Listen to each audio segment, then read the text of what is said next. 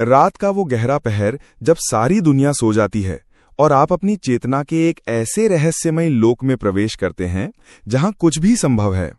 एक ऐसी दुनिया जहां भौतिकी के नियम लागू नहीं होते, जहां समय की कोई सीमा नहीं है। कभी आप पंख लगाकर आसमान में उड़ते हैं, उन ऊंचाइयों को छूते हैं जिनकी कल्पना भी दिन में नहीं की जा सकती। तो कभी आप अपने उन प्रियजनों से बात करते हैं जो अब इस दुनिया में नहीं हैं।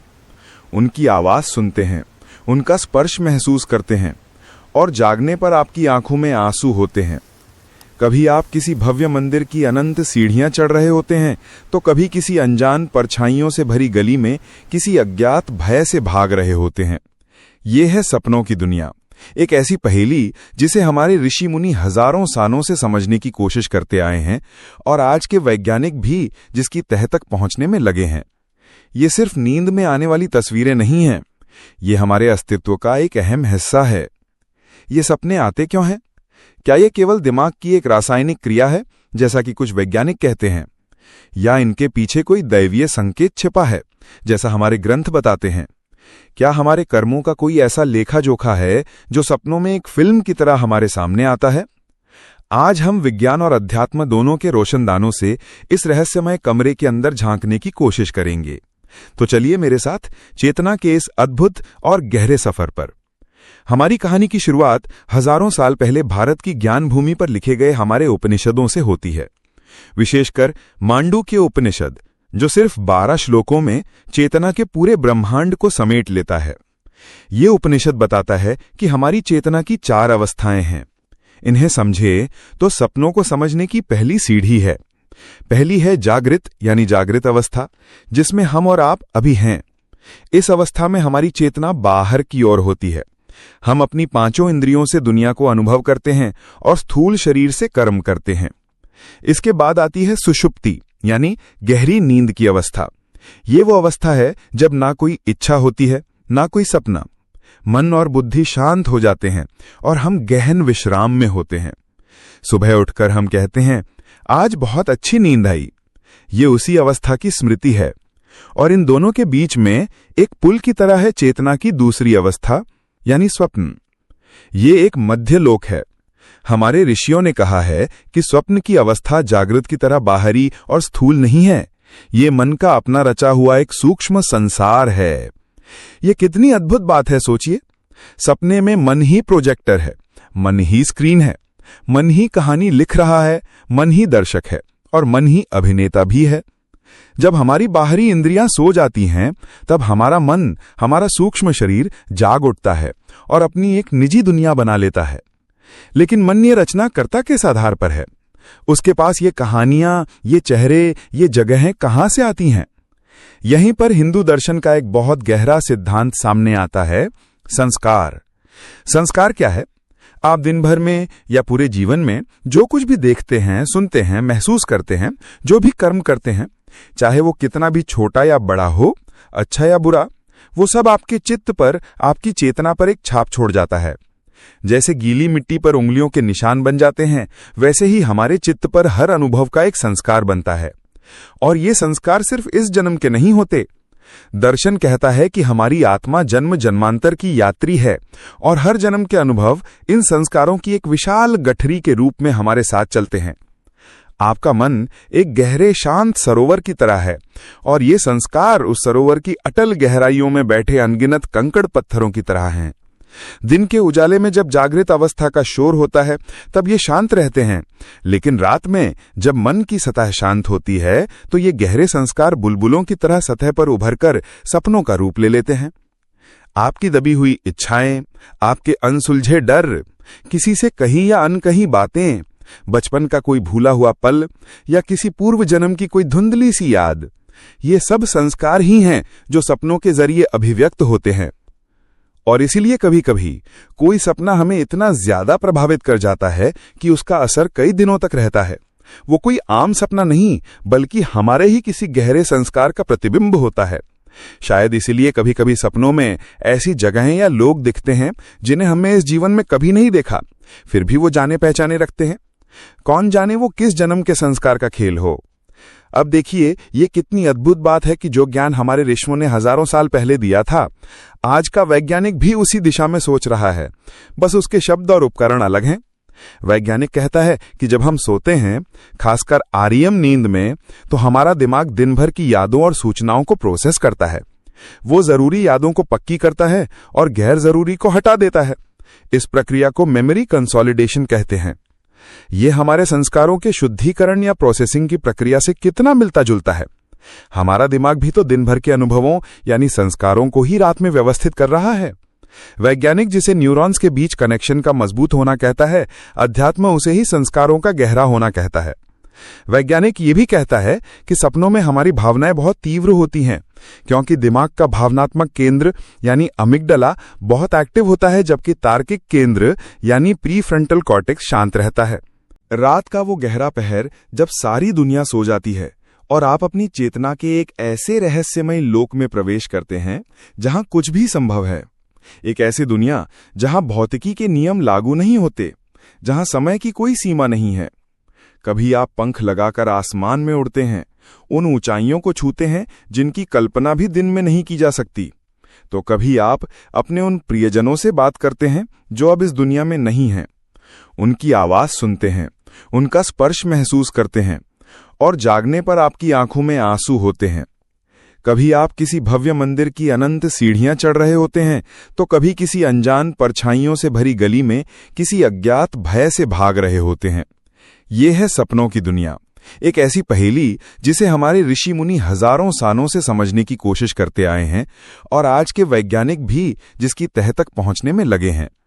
ये सिर्फ नींद में आने वाली तस्वीरें नहीं हैं, ये हमारे अस्तित्व का एक अहम हिस्सा है। ये सपने आते क्यों हैं? क्या ये केवल दिमाग की एक रासायनिक क्रिया है, जैसा कि कुछ वैज्ञानिक कहते हैं, या इनके पीछे कोई दैवीय संकेत छिपा है, जैसा हमारे ग्रंथ बताते हैं? क्या हमारे कर्मों का कोई ऐसा लेखा जोखा है जो सपनों में एक फिल्म की तरह हमारे सामने आता है?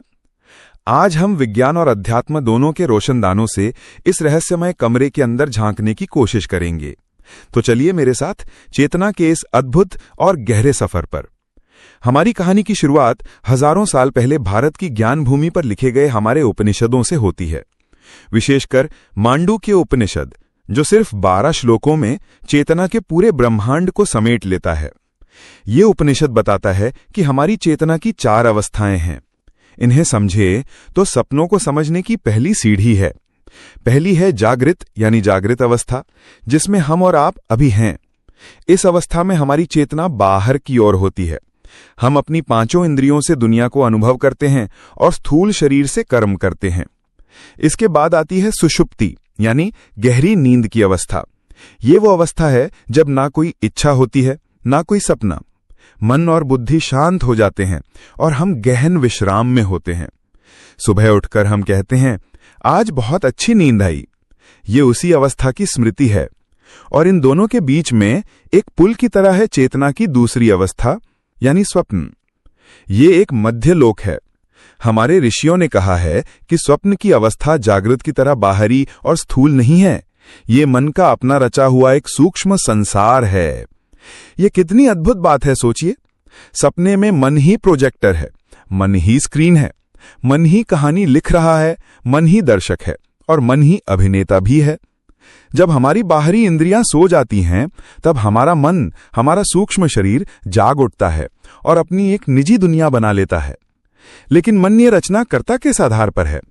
उसके पास ये कहानियां, ये चेहरे, ये जगहें कहां से आती हैं? यहीं पर हिंदू दर्शन का एक बहुत गहरा सिद्धांत सामने आता है, संस्कार। संस्कार क्या है? आप दिन भर में या पूरे जीवन में जो कुछ भी देखते हैं, सुनते हैं, महसूस करते हैं, जो भी कर्म करते हैं, चाहे वो कितना भी छोटा या बड़ा हो, अच्छा या बुरा, वो सब आपके चित्त पर, आपकी चेतना पर एक छाप छोड़ जाता है। जैसे गीली मिट्टी पर उंगलियों के निशान बन जाते हैं, वैसे ही हमारे चित्त पर हर अनुभव का एक संस्कार बनता है। और ये संस्कार सिर्फ इस जन्म के नहीं होते। दर्शन कहता है कि हमारी आत्मा जन्म जन्मांतर की यात्री है और हर जन्म के अनुभव इन संस्कारों की एक विशाल गठरी के रूप में हमारे साथ चलते हैं। आपका मन एक गहरे शांत सरोवर की तरह है और ये संस्कार उस सरोवर की अटल गहराइयों में बैठे अनगिनत कंकड़ पत्थरों की तरह हैं। दिन के उजाले में जब जागृत अवस्था का शोर होता है तब ये शांत रहते हैं, लेकिन रात में जब मन की सतह शांत होती है तो ये गहरे संस्कार बुलबुलों की तरह सतह पर उभरकर सपनों का रूप ले लेते हैं। आपकी दबी हुई इच्छाएं, आपके अनसुलझे डर, किसी से कहीं या अनकहीं बातें, बचपन का कोई भूला हुआ पल या किसी पूर्व जन्म की कोई धुंधली सी याद, ये सब संस्कार ही हैं जो सपनों के जरिए अभिव्यक्त होते हैं। और इसीलिए कभी कभी कोई सपना हमें इतना ज्यादा प्रभावित कर जाता है कि उसका असर कई दिनों तक रहता है। वो कोई आम सपना नहीं, बल्कि हमारे ही किसी गहरे संस्कार का प्रतिबिंब होता है। शायद इसीलिए कभी कभी सपनों में ऐसी जगहें या लोग दिखते हैं जिन्हें हमने इस जीवन में कभी नहीं देखा, फिर भी वो जाने पहचाने रखते हैं। कौन जाने वो किस जन्म के संस्कार का खेल हो। अब देखिए, ये कितनी अद्भुत बात है कि जो ज्ञान हमारे ऋषियों ने हजारों साल पहले दिया था, आज का वैज्ञानिक भी उसी दिशा में सोच रहा है, बस उसके शब्द और उपकरण अलग हैं।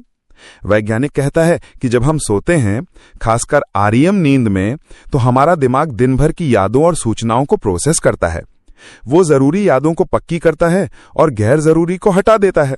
इस प्रक्रिया को मेमोरी कंसोलिडेशन कहते हैं। ये हमारे संस्कारों के शुद्धिकरण या प्रोसेसिंग की प्रक्रिया से कितना मिलता जुलता है। हमारा दिमाग भी तो दिन भर के अनुभवों यानी संस्कारों को ही रात में व्यवस्थित कर रहा है। वैज्ञानिक जिसे न्यूरॉन्स के बीच कनेक्शन का मजबूत होना कहता है, अध्यात्म उसे ही संस्कारों का गहरा होना कहता है। वैज्ञानिक ये भी कहता है कि सपनों में हमारी भावनाएं बहुत तीव्र होती हैं, क्योंकि दिमाग का भावनात्मक केंद्र यानी अमिगडला बहुत एक्टिव होता है, जबकि तार्किक केंद्र यानी प्रीफ्रंटल कॉर्टेक्स शांत रहता है। हिंदू दर्शन भी यही कहता है कि सपने हमारी वासनाओं यानी गहरी इच्छाओं और भावनाओं का ही खेल है, जहां बुद्धि का नियंत्रण नहीं होता।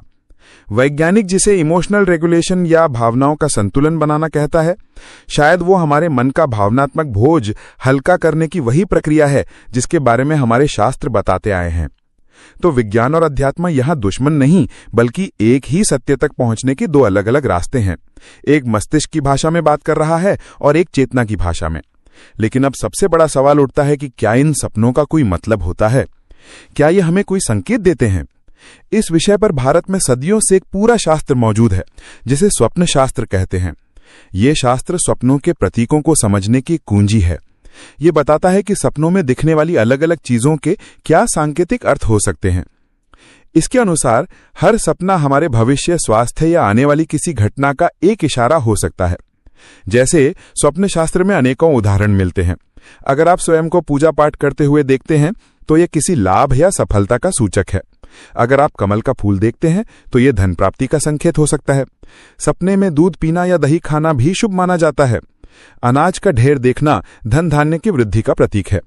वहीं दूसरी ओर कुछ सपने हमें सचेत भी करते हैं। जैसे सपने में कौवा देखना किसी अशुभ समाचार का संकेत हो सकता है। स्वयं को गधे की सवारी करते देखना किसी आने वाली परेशानी की ओर इशारा कर सकता है।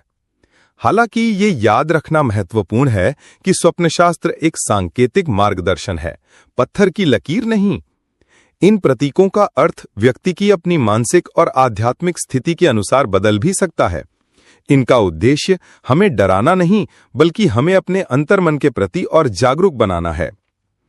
हमारे महान ग्रंथों में भी सपनों के संकेतों के कई अद्भुत उदाहरण हैं। रामायण में जब रावण माता सीता का हरण करके उन्हें लंका ले गया, तब अशोक वाटिका में पहरा दे रही राक्षसी त्रिजटा ने एक सपना देखा था। उसने बाकी राक्षसियों को बुलाकर कहा, मैंने एक भयानक सपना देखा है जो हमारे विनाश का संकेत है। उसने सपने में देखा कि एक छोटा सा वानर पूरी सोने की लंका को जलाकर राख कर रहा है। रावण काले वस्त्रों में गधे पर बैठकर दक्षिण दिशा यानी मृत्यु की दिशा की ओर जा रहा है, और अयोध्या के राजकुमार राम का दूत बनकर आया वो वानर सीता माता को धीरज बंधा रहा है। ये सपना आने वाले सत्य का एक स्पष्ट दैवीय संकेत था। महाभारत में भी युद्ध से पहले धृतराष्ट्र और गांधारी समेत कई पात्रों को ऐसे अशुभ सपने आए थे, जिन्होंने युद्ध के महाविनाशकारी परिणाम की ओर साफ साफ इशारा किया था।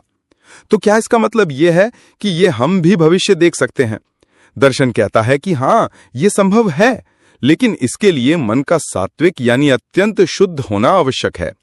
जब हमारा मन छल, कपट, क्रोध और अत्यधिक इच्छाओं से शांत हो जाता है, तब वो एक साफ दर्पण की तरह हो जाता है, जिसमें भविष्य की झलकियां दिख सकती हैं।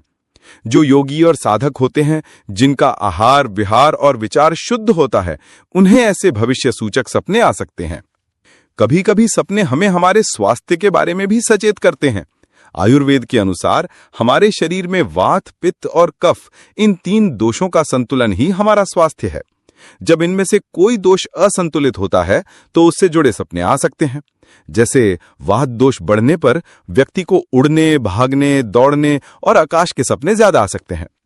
पित्त दोष बढ़ने पर उसे आग, लड़ाई, हिंसा या तेज धूप के सपने आ सकते हैं। और कफ दोष बढ़ने पर पानी, तालाब, नदी या तैरने के सपने आ सकते हैं। इस तरह हमारे सपने एक कुशल वैद्य की तरह हमारे शरीर की आंतरिक स्थिति का निदान कर सकते हैं। और कभी-कभी सपने इससे भी ऊंची अवस्था के होते हैं। ये दैवीय सपने होते हैं।